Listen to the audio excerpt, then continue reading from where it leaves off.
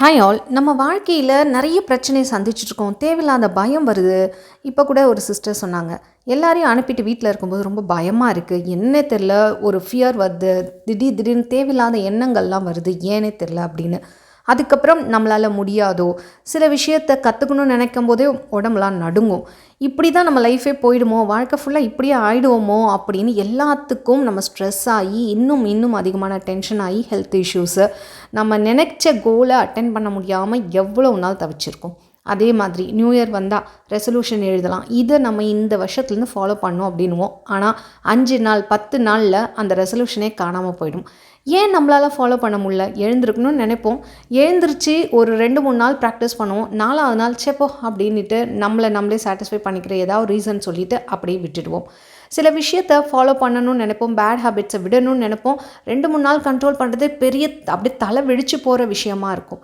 இதெல்லாம் ஏன் என்னுடைய அவுட் ஆஃப் கண்ட்ரோலில் நடக்குது? என்னால் மாற்றிக்க முடியுமா முடியாதா? ஒருவேளை தொட்டில் பழக்கம் சுடுகாடு மட்டும் சொல்லுவாங்களா, அது உண்மையா அப்படின்னு கேட்டால் இல்லைங்க, அப்படிலாம் இல்லை. இதுக்கு நம்ம டீட்டெயிலாக தெரிஞ்சுக்கணும் அப்படின்னா நியூரோ சயின்ஸ் அண்ட் நியூரோ பிளாஸ்டிசிட்டியை பற்றி ரொம்ப டீட்டெயிலாக தெரிஞ்சுதுன்னா நம்மளுடைய மூளை நரம்புகள் நம்மளுடைய வாழ்க்கையை எப்படி நிர்மாணிக்குது, நம்மளுடைய எண்ணங்களை எப்படி நிர்மாணிக்குது, உணர்ச்சிகள், நம்மளுடைய முடிவுகள், நம்மளுடைய பிஹேவியர் எப்படிலாம் உருவாகுது, கண்ட்ரோல் ஆகுதுன்றது ரொம்ப சூப்பராக இந்த நியூரோ சயின்ஸ் எக்ஸ்பிளைன் பண்ணுங்க. நம்மளுடைய வாழ்க்கை ரேண்டமான வாழ்க்கையே கிடையாது. இது ஆல்ரெடி நம்ம பிரெயினுக்கு கொடுக்கப்பட்ட ஒரு ப்ரோக்ராம் தான். தினமும் நம்ம எதெல்லாம் ரிப்பீட் பண்ணிக்கிட்டு இருக்கோம், எப்படிலாம் வேலை செய்யுது அப்படின்றது எல்லாத்தையும் இந்த நியூரோ சயின்ஸ் எக்ஸ்பிளைன் பண்ணுதுங்க. இந்த பிரெயினை 3 விதமாக பிரிச்சுக்கிறாங்க. அதாவது சர்வைவல் பிரெயின் அப்படின்வாங்க. டேஞ்சர், டக்குன்னு ஏதோ ஒரு ஆபத்து ஏற்படுது அப்படின்னா என்னன்னே தெரியாது, பயங்கரமான ஒரு அலர்ட், உடம்புல பதட்டம், ஒரு நெஞ்சில் திக்குன்னு அடிப்போம்ல, அந்த மாதிரிலாம் ஒரு இதை கொடுக்கும். அது டேஞ்சர் டிடெக்ட் பண்ணக்கூடிய ஒரு பிரெயின் இருக்குங்க. ஸோ எக்ஸாம்பிள், இப்போ திடீர்னு ஒரு சவுண்டு டம் அப்படின்னு கேட்டதுன்னா நம்ம உடம்பு நடுங்க ஆரம்பிச்சிடும், படப்படன்னு ஹார்ட்லாம் துடிக்க ஆரம்பிச்சிடும் இல்லையா, அந்த மாதிரி.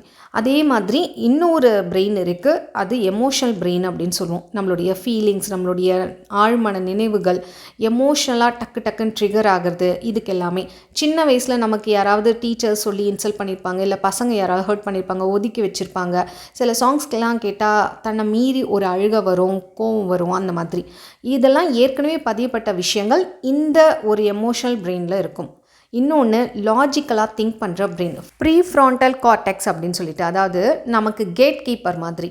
இதை செஞ்சால் என்ன நடக்கும், இது இதுக்கு முன்னாடி இந்த மாதிரி எக்ஸ்பீரியன்ஸ் நடந்திருக்கு, இதை செய்யாத ஆராய்ச்சி பண்ணுறது, பிளான் பண்ணுறது, ஃபோக்கஸ் பண்ணுறது, கோல் செட்டிங் பண்ணுறது, இதெல்லாம் பண்ணால் நல்லது அப்படின்னு ஒரு வித கேட் கீப்பர் மாதிரி இருக்கிறது தான் நம்மளுடைய திங்கிங் பிரெயின்க.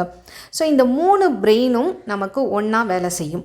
இப்போது என்ன அப்படின்னா, நமக்கு எப்போல்லாம் பயம் அதிகமாகுதோ அப்போ திங்கிங் பிரெயின் ஆஃப் ஆகிடுங்க. பயம் பதட்டம் வரும்போது நம்மளால் திங்க் பண்ணவே முடியாது. பார்த்துருக்கீங்களா? பதட்டத்தில் என்ன பண்ணனே தெரியல, பதட்டத்தில் நான் பேசிட்டேன், கோவத்தில் பேசிட்டேன் அப்படின்னு சொல்லிட்டு.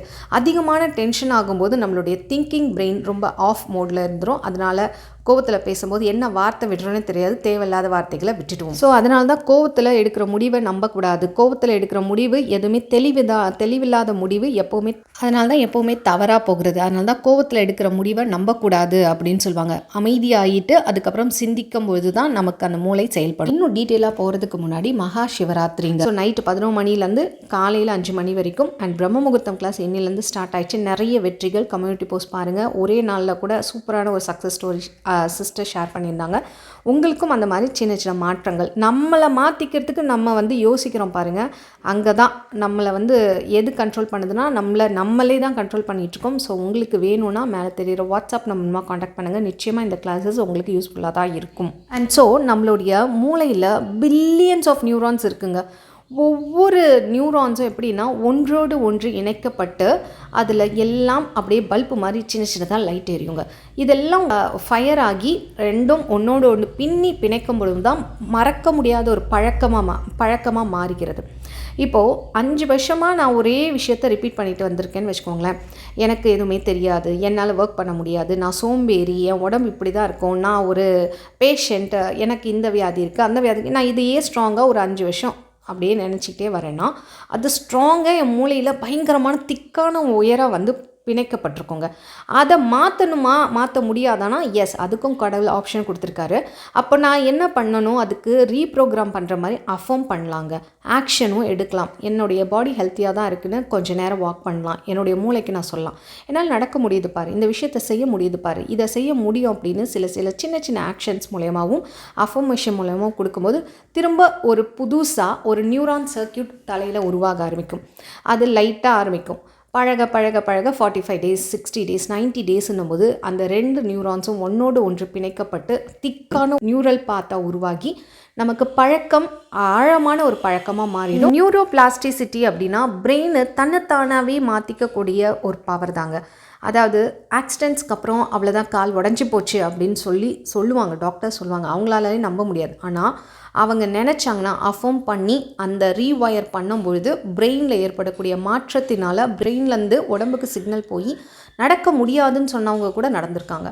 சே ஃபார் எக்ஸாம்பிள், நிறைய சயின்டிஸ்ட் அண்ட் ஜோசப் மர்ஃபி உட்பட கேன்சர், அவருக்கெல்லாம் initial stage of cancer and அவருடைய உடம்புகளில் எலும்பு உடஞ்சிருச்சு, நடக்க முடியாது, சர்ஜன் பண்ணும் அப்படின்றாங்க. பரவாயில்ல, நான் இதை இமேஜினேஷன்லேயே சரி பண்ணுவேன்னு சொல்லி அவருடைய எறும்புகள் சரியாகிறதாகவும் அவர் நல்லா நடக்கிறதாகவும் இமேஜினேஷன் அண்ட் அஃபர்மேஷன் சொல்லியே உண்மையாலுமே அவர் நடந்தார். டாக்டர்ஸ்க்கு மிகப்பெரிய ஆச்சரியம்.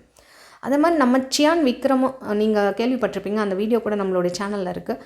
22 எலும்புகள் உடைக்கப்பட்டு அவ்வளோதான், இனிமேல் நடக்கவே முடியாதுன்னு சொன்னாலும் அவருடைய அந்த விடாமுயற்சி, தன்னம்பிக்கை, யாராக இருந்தாலும் ஒரு எலும்பு உடஞ்சாலே அதுக்கப்புறம் அவ்வளோதாங்க அப்படின்னு சொல்லுவாங்கல்ல. ஆனால் அவருக்கு 22 எலும்புகள் உடைக்கப்பட்டு மறுபடியும் அவர் ஸ்டண்ட்டு அவ்வளோ எஃபர்ட்லாம் கொடுத்து அந்த ஷூட்டிங்லாம் பண்ணுறான்றது மிகப்பெரிய ஒரு விஷயம். அதற்கு காரணம் அவருடைய பிரெயின் ரீவயர் ஆனது தான். அப்படியே ரீவயர் ஆகிடாது, நம்பிக்கை. கண்டினியூஸாக நம்மளாம் என்ன பண்ணுவோம்னா, ஒரு ஃபெயிலியர் ஆனவுடனே ஐயோ வேண்டாம் இன்னொரு தடவை முயற்சி பண்ணிடாது, இது நமக்கு ஃபெயிலியர் ஆகுச்சு, இதுக்கப்புறம் முயற்சி பண்ணிடவே பண்ணாதுன்னு எமோஷனலாக கனெக்ட் ஆகிடும். ஒரு ஃபெயிலியருக்கு அப்புறம் புது முயற்சி எடுக்கவே பயப்படும் மனசு. அதை நம்ம ட்ரெயின் பண்ணணும். எலான் மஸ்க் உட்பட அவர் அவ்வளோ ஃபெயிலியரை சந்தித்தவர். அவர்லாம் இன்ட்ரோவர்ட், சின்ன வயசில் அவ்வளோ புல்லிங்கை ஃபேஸ் பண்ணவர். ஆனால் ரிப்பீட்டடாக நிறைய படிப்பார். ஒவ்வொரு ஃபெயிலியர்ஸும் எமோஷனலாக எடுத்துக்க மாட்டாராம். அந்த எமோஷனை கட் பண்ணிவிட்டு ஃபெயிலியரை ஒரு பாடமாக எடுத்துப்பார். இது எத்தனை பேருக்கு வருதோ அத்தனை பேர் மட்டும்தான் முயற்சி செய்ய முடியும். அடுத்தது சரி, அடுத்ததுன்னு போகணும்.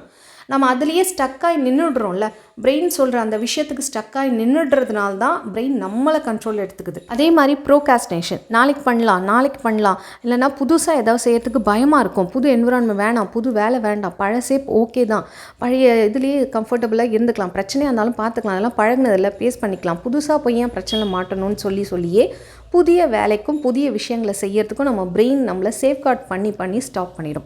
ஸோ இதுக்கெல்லாம் என்னென்னா, புது வேலைக்கு போனால் நல்லா இருக்க முடியும், அங்கேயும் நல்ல நண்பர்கள் கிடைக்கலாம், நான் இன்னும் என்விரான்மெண்ட்டை டெவலப் பண்ணணும்னு நீங்கள் ரீஅஃபர்ம் பண்ணணும், அதை விஷுவலைஸ் பண்ணணும், அது கம்ஃபர்ட் தான்னு புரிய வச்சிங்கன்னா ஆட்டோமேட்டிக்காக பிரெயின் ரீவயர் ஆகிடும். ஸோ நம்மக்கிட்ட கடவுள் மிகப்பெரிய ஒரு விஷயத்தை கொடுத்துருக்காரு, இந்த ரீவயரிங் அப்படின்றது. இது எப்போ ரொம்ப சூப்பராக வேலை செய்யணும்னா காலையில்.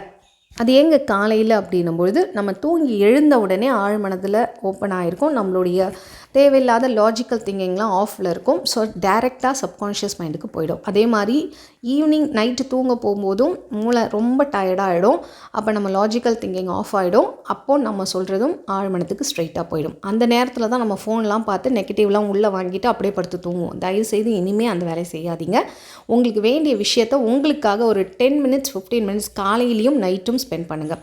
அஃபர்ம் பண்ணுங்கள், விஷுவலைஸ் பண்ணுங்கள், எழுதுங்க, கண்டிப்பாக நிச்சயமாக மாறும். நமக்குள்ளே நடக்கிற மாற்றத்தை நீங்கள் கவனிக்க ஆரம்பித்து, இப்படி தான் என்னுடைய பிரெயின் ரீவயர் பண்ணப்பட்டிருக்கு, நம்ம இதை மாற்றிக்கலான்னு நீங்கள் உங்கள்கிட்ட பேசிட்டு உங்களுக்கு தேவையான கோல்ஸை எழுதி விஷுவலைஸ் பண்ணி செல்ஃப் டாக் பண்ணும்போது நிச்சயமாக வாழ்க்கை மாறும்.